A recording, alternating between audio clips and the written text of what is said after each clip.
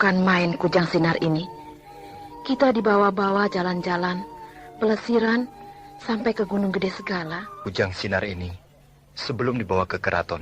Kalau masuk ke dalam gua Curug Ciberem, lalu berkelahi dengan raksasa jelmaan, aku masih percaya Sang Resi Guru bisa menjalaninya dengan baik. Tapi kalau masuk ke dalam kawah Gunung Gede, rasanya tidak mungkin, Kakang. Bagaimanapun dikjayanya seorang manusia, kalau masuk ke dalam kawah, pasti mati. Iya, aku pun berpikir demikian. Tapi mana kita tahu kalau memang benar terjadi. Sebab Sang Resi Guru, kekasih Dewata, dialah yang mendirikan kerajaan Galuh, cikal bakal raja-raja Pajajaran. Iya, mungkin juga. Sekarang marilah kita kembali ke Galuh untuk menemui Dewi Pramita dan anaknya yang sedang berada di dalam cengkraman komplotan Bosongot. Mari, Kakang. Raja Wali! Betapa bahagianya aku punya sahabat Raja Wali raksasa. Iya, dia sangat berjasa pada kita dalam mengejar-ngejar Kujang Sinar. Selain itu, dari kerajaan Galuh sampai ke sini, ketegalan si awat-awat yang berada di lereng Gunung Gede. Kalau naik kuda, lamanya bisa sampai 3 bulan. Tapi dengan Raja Wali cuma 1 hari. Bisa dibayangkan betapa cepatnya dia terbang. Iya. Raja Wali, sahabatku. Marilah kita kembali ke Galuh. Hup! Ya! Hup! Ya!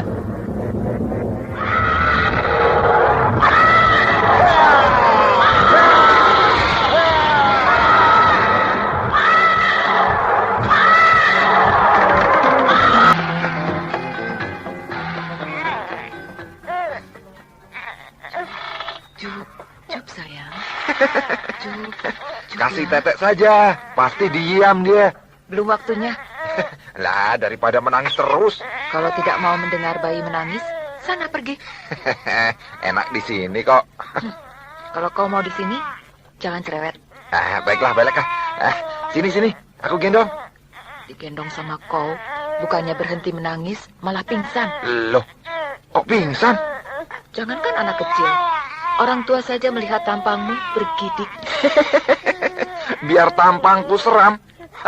Tapi hatiku baik. Baik apa? Membentuk satu komplotan gerakan di bawah tanah untuk menggulingkan pemerintahan yang syah. Apakah itu baik? Malah sebaliknya, jahat.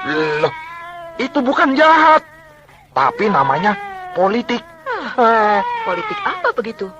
Kalau mau politik-politikan, buat satu pernyataan bahwa majikanmu Pangeran Sulantara itu ingin jadi raja. Sebutkan alasannya kenapa dia ingin jadi raja. Nah, di hadapan Sang Prabu Pajajaran, dia boleh berdebat sepuasnya. Itu baru jantan, berwatak kesatria. Bukannya diam-diam mencuri pusaka kerajaan. Mana bisa Pangeran Sulantara jadi raja?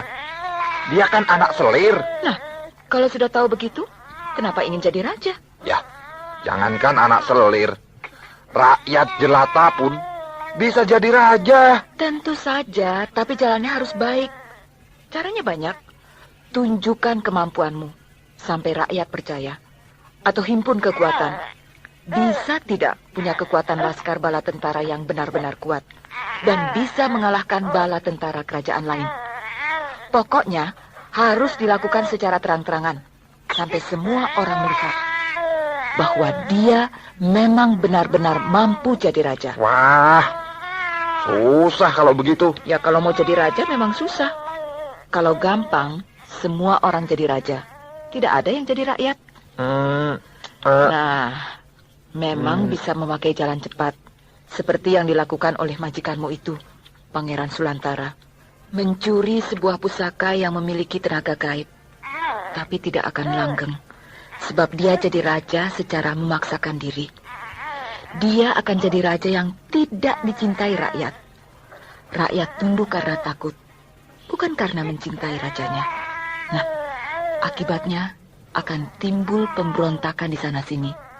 Atau diam-diam, rakyatnya sedikit demi sedikit pindah ke kerajaan lain.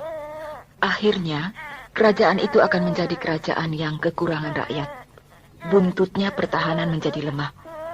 Lama-kelamaan akan menjadi sebuah kerajaan yang kecil. yang dengan mudah bisa dihancurkan, digempur oleh kerajaan yang jauh lebih besar. Kalau tidak digempur, maka kerajaan itu tak ubahnya akan menjadi seperti kota kadipaten atau sebuah desa karena penduduknya sedikit. Pokoknya tidak akan menjadi sebuah kerajaan besar, sebab bukannya berkembang, malah menciut. Tapi daripada tidak jadi raja, kan lebih baik jadi raja, biarpun kerajaannya cuma sebesar desa. Ya terserah. Jadi orang kecil selamanya dan tidak pernah jadi besar. Pinter juga kau ngomong ya. Seperti perempuan bangsawan saja. Sekedar ngomong yang begitu sih gampang. Yang lebih dari itu, aku bisa. Sebenarnya kau ini siapa sih? Kau kan sudah tahu namaku. Dewi Pramita. Bukan namamu. Asal usulmu. Seharusnya kau sudah tahu. Dengan memakai nama Dewi di depan namaku, kau kan sudah bisa menilai dari kalangan mana aku berasal. Baiklah, kau seorang wanita bangsawan. Tapi dari kerajaan mana? Sadeng. Sadeng? Di mana itu? Di wilayah timur. Kau orang Wetan ya? Iya. Sekarang aku baru tahu. Suamimu, bapaknya anak ini, dibunuh oleh Brahma. Lalu kau diboyong ke sini oleh Brahma, ya kan? Kau jangan ngaco, Basongot. Kerajaanmu diserang oleh Majapahit. Lalu suamimu tewas, begitu? Ya, begitulah. Kok jadinya ikut dengan Brahma? Tidak diboyong ke Majapahit? Kebetulan Brahma sedang mengembara ke wilayah timur. Dan ketika aku sedang melarikan diri, aku ditolong oleh Brahma. Nah, sebagai tanda terima kasih, aku ikut dengan Brahma ke sini, ke wilayah Kulon. Ya, tentu saja kau mau. Sebab kau yang untung. Kau janda, punya anak. Sedangkan Brahma masih bujangan, ganteng dan kaya, dan seorang raja. Meskipun kerajaannya bukan kerajaan besar. Meskipun Brahma seorang kakek-kakek yang jelek dan miskin, aku akan ikut kepadanya. Sebab dia telah menyelamatkan nyawa anakku. Kau belum tentu akan dijadikan istri oleh Brahma. Loh, aku memang tidak mengharapkan jadi istri Brahma kok. Jangan pura-pura. Ya sudah. Ya sudah. Bosongot, mau kemana kau? Makan. Kalau Brahma dan Harnum nanti sore tidak kembali, aku akan pergi. Kemana? Ke keraton. Ke keraton? Ya. Mau apa? Mau mencari Brahma. Ya, memangnya Brahma ada di keraton? Di mana lagi kalau tidak tertangkap pasukan keraton? Jangan. Batasnya 1 hari lagi. Kalau sampai besok mereka tidak kembali, nah, barulah kita pergi ke Cikau. Cikau? Apa itu? Sebuah desa. Di sana Pangeran Sulantara menunggu kita. Kau mau memberi laporan pada Pangeran Sulantara? Iya. Tidak. Aku akan tetap di sini, menunggu Brahma. Kalau tidak, akan pergi ke Keraton Galuh. Enak saja. Kau ini tawananku. Kau harus turut semua perintahku. Iya. Iya.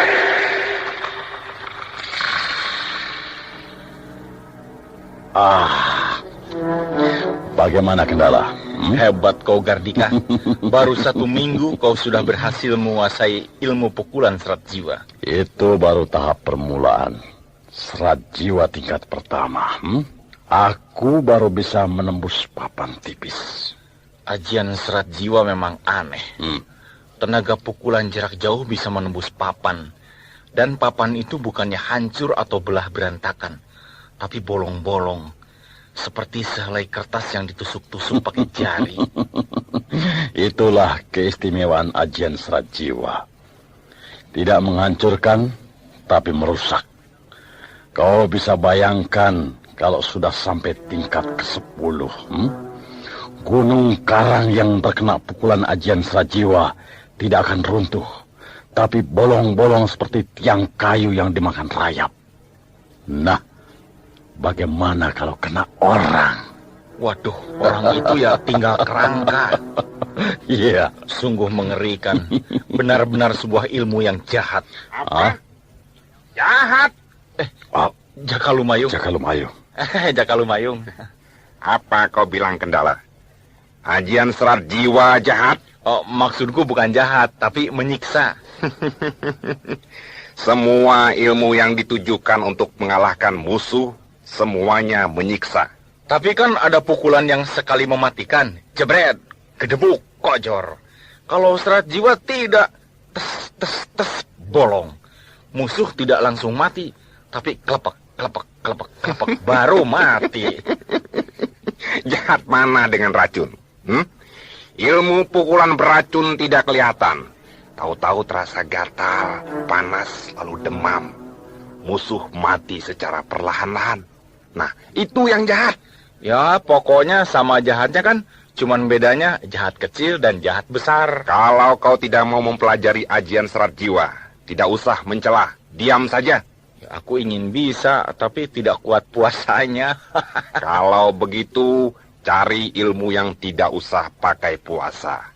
Paling jurus-jurus biasa saja. Itulah, kalau ingin punya ilmu yang tinggi, harus mau prihatin. Puasa. Yalah, mulai besok aku mencoba puasa. Siapa di atas genting? Turun! Ya!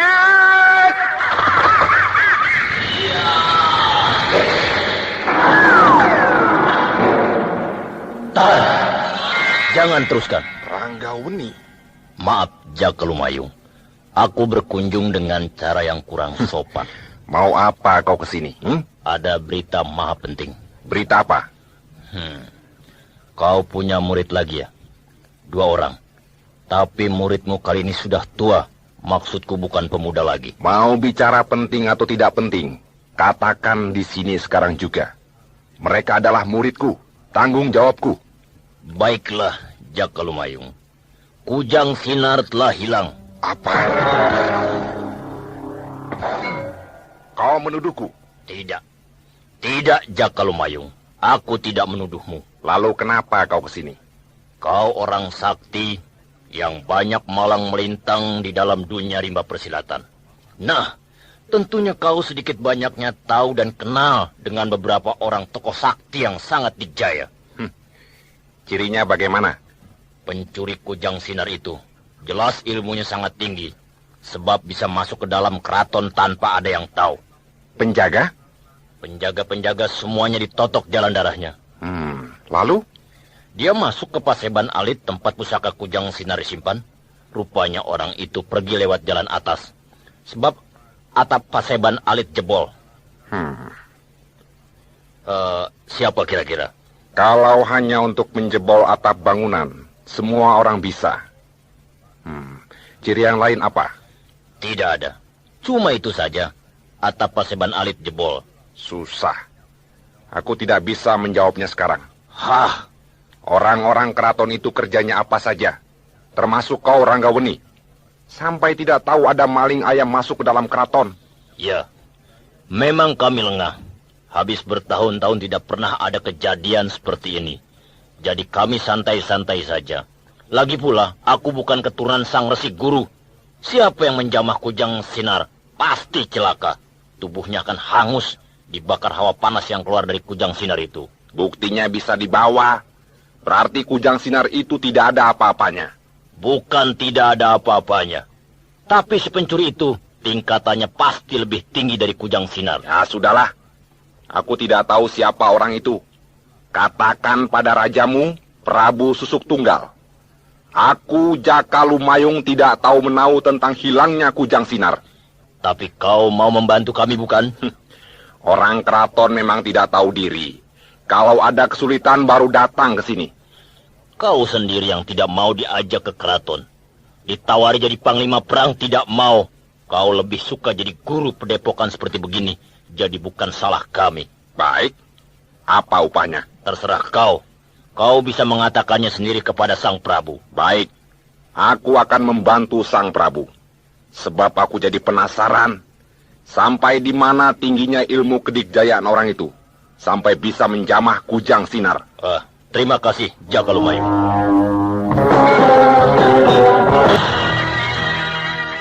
Yang tadi itu siapa Jaka Lumayung? Ranggaweni, bangsawan keraton. Pantas, pakaiannya bagus dan orangnya bersih. Dia termasuk salah satu dari sekian jago-jago Pajajaran. Tapi kepadaku, semuanya takut. Hebat benar pencuri itu ya. Keraton Pajajaran sampai bisa kecolongan. Ya, bagi orang Dikjaya untuk bisa masuk ke dalam keraton tidak sulit. Tapi yang mengagumkan ialah bisa menjamah kujang sinar. Aku saja belum tentu kuat. Jadi orang itu memang benar-benar hebat. Aku tidak boleh gegabah. Siapa ya Gardika ya? Kau kok diam saja? Selama aku melintang di dunia rimba persilatan, baru 2 orang yang aku nilai benar-benar sangat tinggi ilmu kadikjayaannya. Siapa? 1. Kau, Jaka Lumayung. Yang kedua, Brahma. Brahma? Siapa dia? Raja Madangkara. Ya, aku pernah dengar bahwa Raja Madangkara seorang pendekar yang memiliki ilmu sangat tinggi. Oh iya juga, lantas buat apa? Kita kan tahu siapa Brahma. Meskipun dia musuh bebuyutan kita, tapi terus terang dengan jujur aku katakan, Brahma seorang manusia yang baik. Tidak mungkin dia jadi pencuri. Apa kau bilang? Musuh bebuyutan? Iya, kami pernah bentrok 2 kali. Adiknya kami bunuh. Sampai sekarang dia terus-menerus mencari kami. Oh, itu sebabnya kau datang kepadaku. Belajar ajian serat jiwa. Tujuannya untuk mengalahkan si Brahma. Tujuan utama bukan itu. Lalu? Menyerahkan buku serat jiwa sebagai titipan guru besar Arya Gandar Sametan melalui Arya Wikalpa. Untuk diberikan kepada yang berhak, yaitu kau. Soal Brahma, itu perkara yang datangnya belakangan. Tapi siapa tahu Brahma sudah pulang dari Majapahit. Dia tidak akan pulang sebelum berhasil meringkus kita. Dia pasti bingung. Di Majapahit kita tidak ada. Di Kahuripan juga tidak ada. Nah, siapa tahu ada yang memberitahu bahwa kita sudah pulang ke Kulon. Lalu Brahma pun berangkat ke Kulon. Ya sudah, jangan banyak cerita. Ayo berangkat ke Madangkara. Untuk apa kita susah payah? Biarkan saja. Kujang sinar itu kan urusan keraton Pajajaran. Aku sudah lama tidak mengembara. Kalau kau tidak mau ikut, tidak apa. Aku pergi sendiri. Iya, baiklah. Kami ikut. Cup sayang. Paling pusing kalau dengar bayi menangis. Namanya juga bayi. Kalau tidak menangis, namanya bukan bayi. Cup ya sayang. Cup ya. Jangan menangis. Nah, tahu juga kalau dimarahi, berhenti menangis dia. Sejak kapan kau punya anak, Bosongot? Kau, Ranggaweni? Apa kabar, Bosongot? Mau apa kau kesini? Ini desa Kawali, wilayah kerajaan Pajajaran. Nah, aku berhak berkeliaran di wilayahku sendiri, bukan? Aku dengar ada bayi menangis. Lalu aku kesini. Tak taunya kau. Aku bukan istrimu. Kau mau apa? Kalau begitu saya keliru. Maaf, Nyonya. Memang saya juga kurang percaya kalau si Bosongot yang kate, botak dan jelek ini punya istri yang cantik seperti Nyonya. Tuan siapa? Saya Ranggaweni, kepala pasukan khusus tentara Pajajaran. Kebetulan sekali. Begini, Tuan. Berikan anakku. Diam kau di tempat, Pramita. Bergerak sedikit saja atau buka mulut. Kepala anakmu akan aku pecahkan.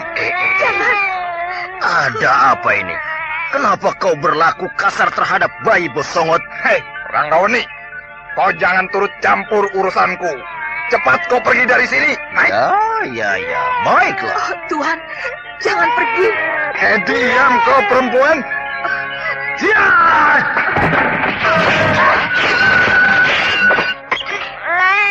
Nyonya, ini anakmu sudah aku rebut dari tangan Bosongot. Nah, cepat katakan, Apa yang akan Nyonya sampaikan pada saya? Ayo, Dia cepat. berkomplot dengan Pangeran Sulantara.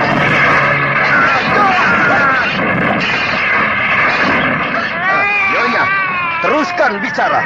Aku akan tetap mendengarkan sambil bertarung dengan si Bosongot ini.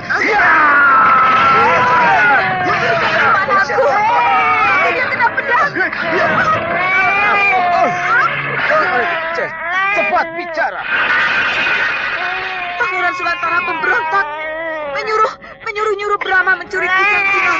Lalu Pasukan! Bungkam perempuan itu! Lari! Cepat kau lari! Cepat!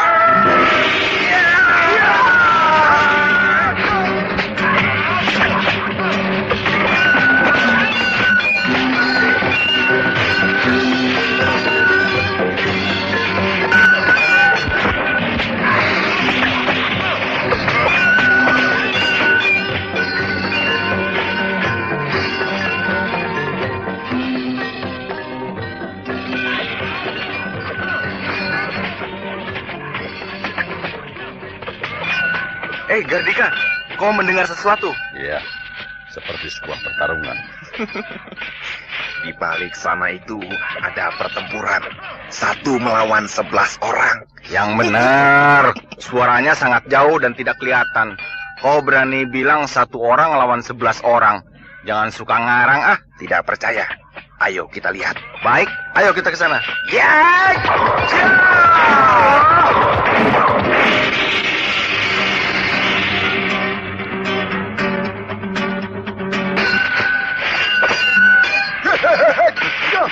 Benar tidak kataku? Pertarungan 1 lawan 11. Iya, kau memang hebat. Loh, bukankah itu Ranggawani? Ya, benar. Bertarung dengan siapa? Bosongot dan anak buahnya. Siapa dia? Kaum pesuruh. Ranggawani, jagoan Pajajaran, keteter dikeroyok komplotan cacing busuk. Ya, Kalupayung, jangan mentang-mentang kau guru besar Padepokan Serat Jiwa. Bicara seenaknya, aku pun bisa sombong seperti kau. Aku sombong ada buktinya. Siapa yang tidak tahu perguruan Serat Jiwa? Hah? Perguruan yang paling besar dan paling bermutu di wilayah Kulon ini. Baiklah, aku mengakui hal itu. Nah, cepatlah kau berlalu. Aku masih ada urusan dengan jagoan Pajajaran ini. Sejak kapan kau senang mengatur, ha? Kapan aku mau pergi, kapan aku mau diam, aku sendiri yang mengatur diriku, bukan kau. Tapi urusan ini benar-benar tidak ada sangkut pautnya dengan kau. Benar begitu, Ranggawani? Sebaliknya, maksudmu? Dia mencuri kujang sinar. Bukan aku. Jangan mungkir, Bosongot. Brahma. Yang mencuri kujang sinar adalah si Brahma. Brahma, Raja Madangkara? Betul. Gardika, kesempatan bagi kau untuk mencoba ajian Serat Jiwa. Habiskan si Bosongot dan anak buahnya itu. Baik. Bangsat Kolumayung. Kau memandang rendah aku dengan menyuruh muridmu menghadapi aku. Kau memang tidak ada harganya, Bosongot.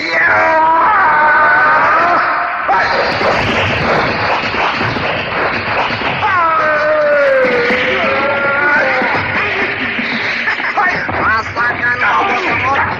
Itulah ilmuku yang baru. Ajian Serat Jiwa.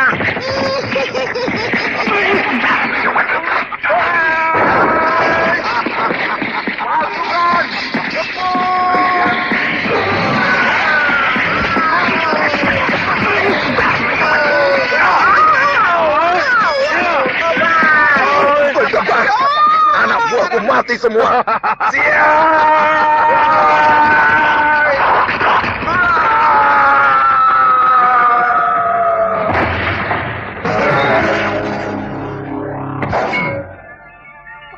Paduka Ranggawani.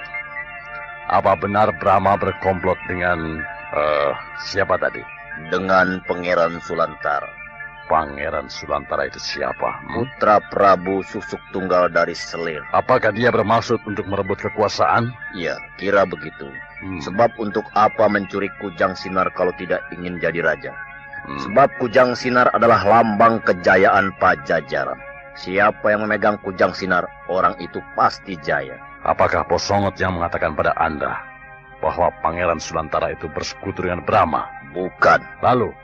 Seorang perempuan, namanya Pramita. Pramita? Anda kenal dengan dia? Lebih dari kenal. Oh iya? Iya, dia adalah teman Brahma. Pantas dia bisa tahu siapa yang mencuri kujang sinar. Sekarang di mana perempuan itu? Saya suruh pergi. Kenapa disuruh pergi? Sebab saya tidak tahu kalau dia temannya Brahma. Saya pikir perempuan bawaan Bosongot atau perempuan itu diculik oleh Bosongot. Ya, sebab saya lihat perempuan itu benci sekali pada Bosongot.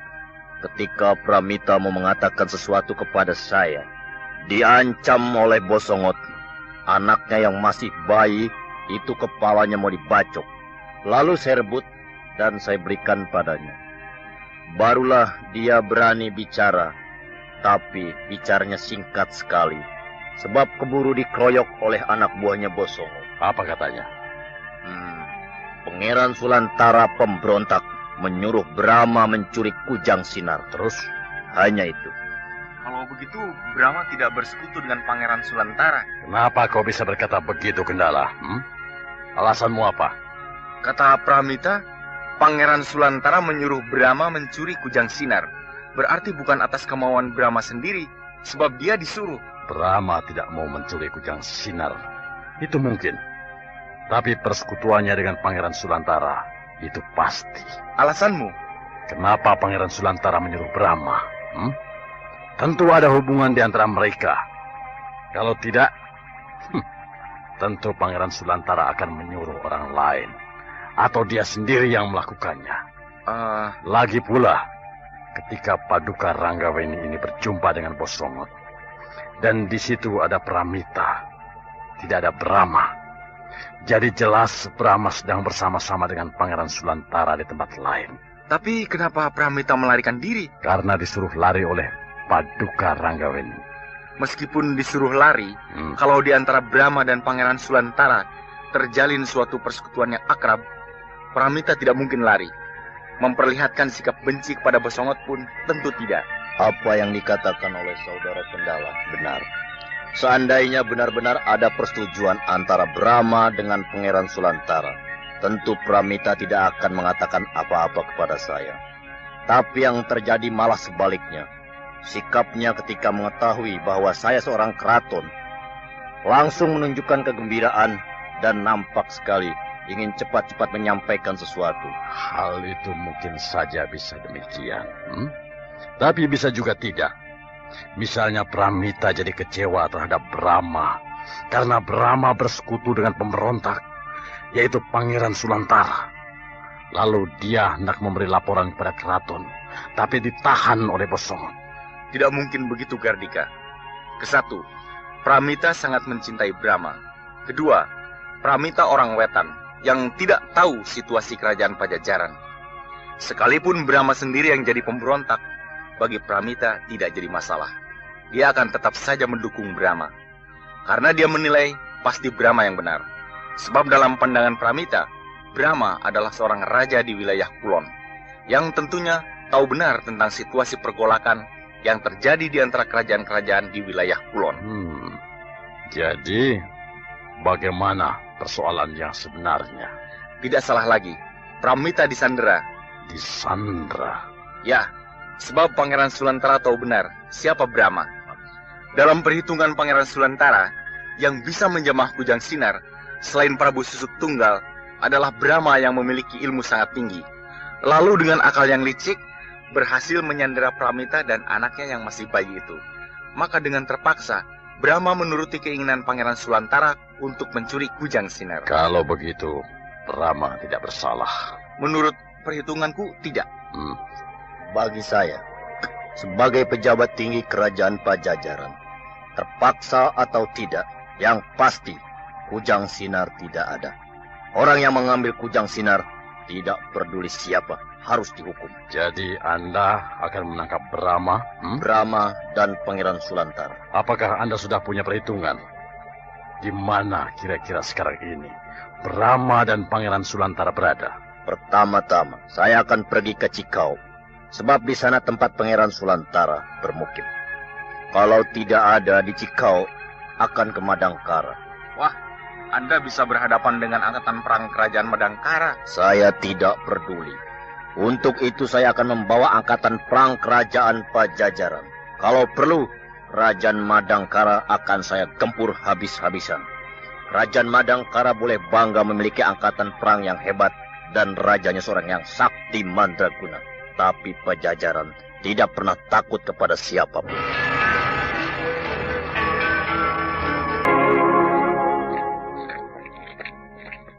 Pramita! Pramita! Pramita?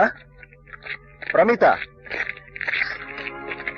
Loh, kok tidak ada? Pada kemana mereka semuanya? Kak Mita! Pramita! Gubuk-gubuk mereka kosong. Dan keadaan acak-acakan. Telah terjadi pertempuran di sini. Pasti Bos Songot dan anak buahnya bertarung dengan tentara Pajajaran. Jejaknya ke sana. Ayo, kita ikuti jejak-jejak pertempuran itu.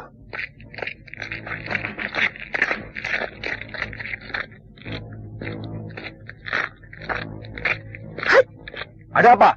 Oh, mayat. Mayat siapa? Salah seorang anak buah Bos Songot. Oh, pasti ada mayat-mayat lainnya. Ayo cari.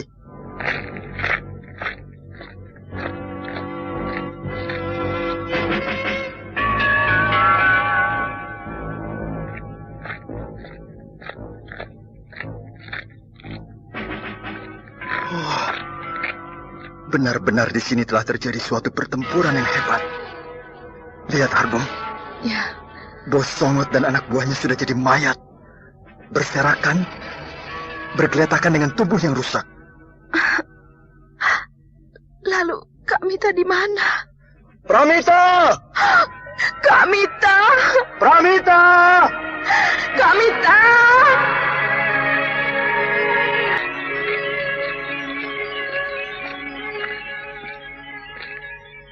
Tidak ada Kakang Brahma. Sekitar tempat ini sudah saya aduk-aduk. Tapi Kak Mita tidak ada. Mereka mati bukan oleh pedang, atau tombak, atau panah, atau senjata perang lainnya. Iya ya, luka-lukanya kok aneh. Tubuh mereka bolong-bolong seperti kena senjata rahasia. Senjata rahasia, baik berupa paku, atau butir-butir besi, atau bundaran uang logam. Semuanya tidak akan menembus tubuh sampai menjadi bolong melompong, melainkan akan bersarang di dalam tubuh korbannya. Tapi yang kita lihat, tubuh-tubuh mayat itu bolong-bolong, meninggalkan lubang-lubang yang melompong dari bagian depan tubuh sampai bagian belakang tubuh. Lalu senjata apa, Kakang? Bukan oleh senjata, tapi sejenis pukulan yang aneh. Dan rasanya aku pernah kenal dengan jenis ilmu pukulan model begini. Tapi di mana dan kapan, aku sudah lupa. Aku harus membongkar kembali tumpukan buku-buku peninggalan guruku, Kakek Astakina. Kakang, lebih baik sekarang kita mencari Kak Mita. Iya, kita harus mencari Pramita dan anaknya, Raden Bentan.